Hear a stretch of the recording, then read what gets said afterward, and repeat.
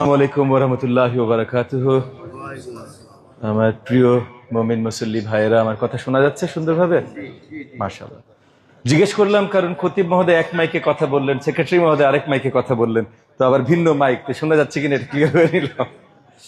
আহ প্রথমে আমি ধন্যবাদ জানাই আমাদের তালতলা সরকারি কলোনির জামে মসজিদের কমিটিতে যারা আছেন, প্রেসিডেন্ট, সেক্রেটারি সহ সকলকে, আমাদের খতিব মহোদয়, অত্যন্ত তরুণ খতিব, আমি দেখেও আনন্দিত। আসলে তারুণ্যর জয় জয় গান আমাদের দেশে, মাশাআল্লাহ। তো আমরা সেটাই দেখতে চাই। আমি সেক্রেটারি মহোদয় একটা পরিচয় করালেন যে আপনাদের অভিভাবক, মাননীয় মন্ত্রী, সরকারের এটা সেটা। আগারগাঁও তালতলা সরকারি কলোনিতে আপনারা যারা বসবাস করেন, আমরা সবাই সহকর্মী, কলিগস। আপনি সরকারি কর্মচারী, এই মুহূর্তে আমিও সরকারি কর্মচারী। মন্ত্রী সরকারি কর্মচারী হয়, সে তালিকার উপরের দিকে থাকতে পারে, সেটা বড় বিষয় না ভাই। পরিচয় সরকারি কর্মচারী, আমরা কলিগ, সরকারি কর্মচারী। আমাকে সেই চোখে দেখবেন, আমরা একসাথে কাজ করব। আপনাদের সব সমস্যা সমাধানেও আমরা একসাথে কাজ করব। আমার আরেকটা পরিচয় আছে, আপনাদের এলাকার জনপ্রতিনিধি। এটা আবার কর্মচারী না, এটা কর্মী। এটা হলো আপনাদের কর্মী। আপনারা আমাকে বাছাই করেছেন আপনাদের মূল্যবান ভোট দিয়ে আপনাদের জন্য কাজ করবার। আমার প্রধান পরিচয় দুইটা ভাই, দুইটার একটা অভিভাবক না। আমি আপনাদের কর্মী এবং এখানে যারা সরকারি চাকরিজীবী আছেন আপনাদের সহকর্মী। সেই হিসেবে আপনাদের জন্য আমি কাজ করি, আগামী দিনগুলোতেও করব। আমি প্রথমত একটা জিনিস পরিষ্কার করে নেই, আমরা সংসদ নির্বাচনের আগে আপনাদেরকে বলেছিলাম যে প্রত্যেক মাসে আপনাদের সাথে বসা হবে, টাউন হল মিটিং হবে। গত এপ্রিল মাসের 17 তারিখে মনে হয় সূচনা কমিউনিটি সেন্টারে টাউন হল মিটিং ছিল। আপনারা অনেকেই হয়তো আসেন নাই, আগামী দিনগুলোতে আসবেন।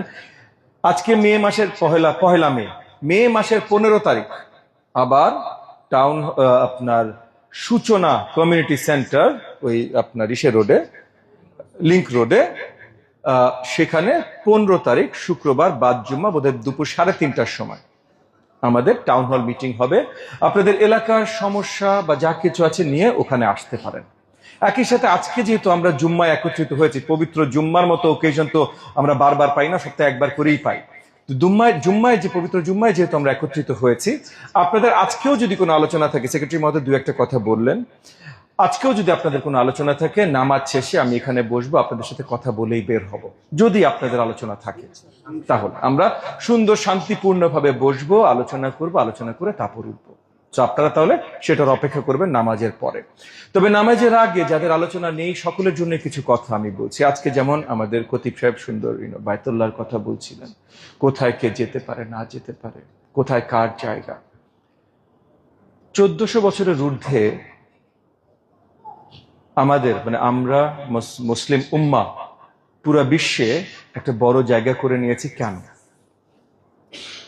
কারণ যেখানে আমাদের বিজ্ঞরা, আলেমরা, আমাদের এখানে এই বাংলার মাটিতে যখন আজ থেকে 1000 বছর আগে সুফি পীররা আসা শুরু করেছেন, ইসলামের জ্ঞানের আলো, ভালোবাসা, এগুলোর অধীনে সব জায়গায় সবাই ভিন্ন ভিন্ন ধর্ম থেকে ইসলাম ধর্মে কনভার্ট করেছে।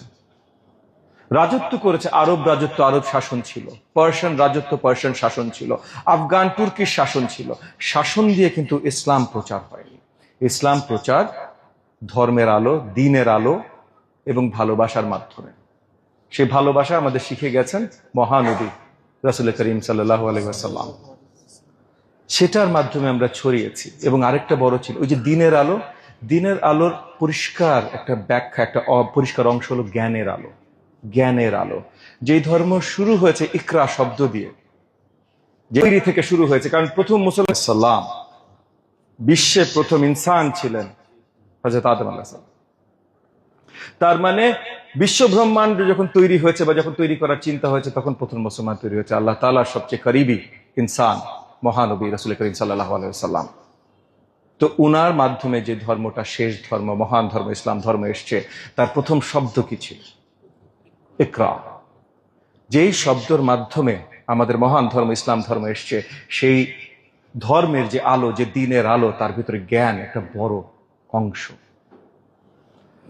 গত 1000 বছরে যত জ্ঞান, বিজ্ঞান, ডাক্তারি যা কিছু এসেছে, আপনি 1000 বছর আগে চলে যান, 800 বছর, 1200 বছর আগে চলে যান, এর মূল প্রধান জায়গায় ছিল যেখানে মুসলিম আলেমরা, জ্ঞানবিদরা এটা নিয়ে কাজ করছিল, আলোচনা করছিল। আজকে এটা নাই। নোবেল প্রাইজ আমরা জিতি না, কিন্তু 800 বছর, 1000 বছর আগে সব জ্ঞানের আলো ছিল এই মুসলিম ধর্মাবলম্বী আমাদের সব জ্ঞানী ব্যক্তিরা। তাদেরকে নিয়ে আজকে আলোচনা দরকার, তাদের সম্বন্ধে পড়াশোনা দরকার। আপনারা, আমার কলিগরা আজকে এখানে এত সুন্দর একটা মসজিদ আপনারা তৈরি করেছেন। এই মসজিদে কোনো সমস্যা থাকলে আমি আছি আপনাদের সাথে, সেগুলো নিয়ে আমরা একসাথে কাজ করব। এলাকার সমস্যা, ময়লার সমস্যা, এগুলো সব নিয়ে আমি বলবো 2 সেকেন্ড পর। তবে একটা জিনিস আপনি আপনাদের প্রতি আবেদন করব, কারণ আমাদের তরুণরা, আমাদের শিশুরা, আমাদের ভাইয়েরা সকলে এই মসজিদ প্রাঙ্গণে আসেন, এবং এই মসজিদ সবচাইতে পবিত্র জায়গা ভাই, এই মসজিদ। কারণ এইখানে আমাদের কোনো ছোট বড় নাই, কে বয়সে ছোট কে বয়সে বড়। ওই যে বয়সে ছোট আমার এই ফুটফুটে বাচ্চাটা আজকে একদম সামনের সারিতে বসা, এইখানে কেউ জিজ্ঞেস করে না ভাই। কে ধনী কে গরিব এইখানে কোনো জিজ্ঞাসা নাই, কে লম্বা কে খাটো এইখানে কোনো জিজ্ঞাসা নাই। এখানে আল্লাহ তাআলার কাছে আমরা সবাই সমান।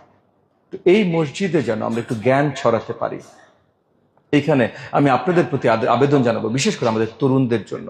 এখানে এককালে আজ থেকে 1000 বছর আগে আব্দুল মালিক আব্বাসিদ খলিফা, যার মাধ্যমে ইসলামের জ্ঞান প্রচারের একটা বড় অংশ হয়েছিল, তো এটার বড় একটা জায়গা ছিল বায়তুল হিকমা, হাউস অফ উইজডম, যেখান থেকে জ্ঞান চর্চা, হাউস অফ উইজডম। আমি আশা রাখবো সেখান থেকে শিক্ষা নিয়ে আজকে এই মসজিদেও আমরা একটা ছোট গ্রন্থাগার হলেও একটা ব্যবস্থা করব, যেখানে আমাদের তরুণদের জন্য আমরা সঠিক জ্ঞানগুলো ছড়িয়ে দিতে পারবো। সঠিক জ্ঞান কি হতে পারে? সঠিক জ্ঞান ফিসলি কোরআনের তাফসীর থাকবে, হাদিসের প্রপার আলোচনা থাকবে, প্রপার আলোচনা, এবং একই সাথে যারা আসলে ইসলামের আলোকে জ্ঞান ছড়িয়েছিল, হযরত ইমাম আল গাজালি, আল ফারাবি, আল কিন্দি, ইবনে আরবি, ইবনে সিনা, এদের সবার আলোচনা এখানে থাকবে, যেন আগামী দিনগুলোতে আমাদের সন্তানেরা এই মসজিদ প্রাঙ্গণে যখন আসবে তারা দেখবে যে না ভাই, আমাদের শুধু মধ্যপ্রাচ্যের তেল বা আমাদের এই গার্মেন্ট ফ্যাক্টরি লেবার সাপ্লাই এটা শুধু আমাদের ইতিহাস না, আমাদের ইতিহাস পুরো বিশ্বে যত জ্ঞান ছড়িয়ে আছে। যেখানে আপনি জ্ঞানের চর্চা বা জ্ঞান শব্দটা শুনবেন, নলেজ, উইজডম যাই শুনবেন, এইটা 1000 বছর আগে যদি আসতে হইতো শুধুমাত্র আমাদের মাধ্যমেই আসতো। সেই ইতিহাস যখন জানবো, সেই ইতিহাসের গৌরব যখন আমরা আসলে ফিল করতে, অনুভব করতে পারবো, তখন আগামী শক্তিশালী প্রজন্ম আমরা তৈরি করব। এগেন আমি একটু শিক্ষা জ্ঞান নিয়ে কথা বললাম, শিক্ষাঙ্গনে আমার কাজ, আমার মন্ত্রণালয়ের কাজ, তবে আপনাদের এলাকার সবকিছুই আমার দায়িত্ব।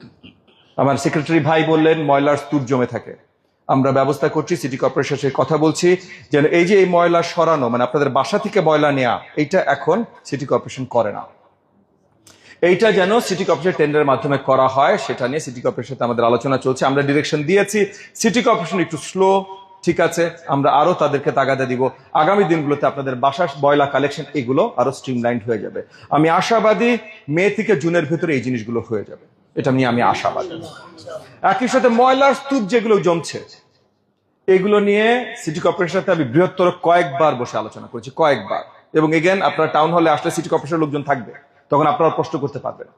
তাদের একটা দাবি হলো যে তাদের এই যে ময়লা বসানোর যে এইটার জায়গা তাদের নাই, এলাকাবাসীরা তাদেরকে জায়গা দেয় না, সো র্যান্ডম একটা জায়গা তখন হয়ে যায়।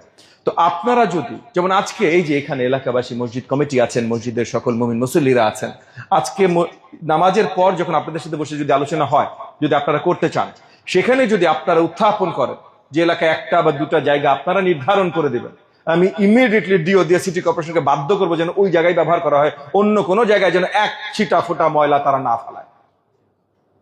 আমাদের সমস্যা আমরা মিলেই সমাধান করব, কিন্তু আমাদের একসাথে এই সমাধানগুলো করতে হবে।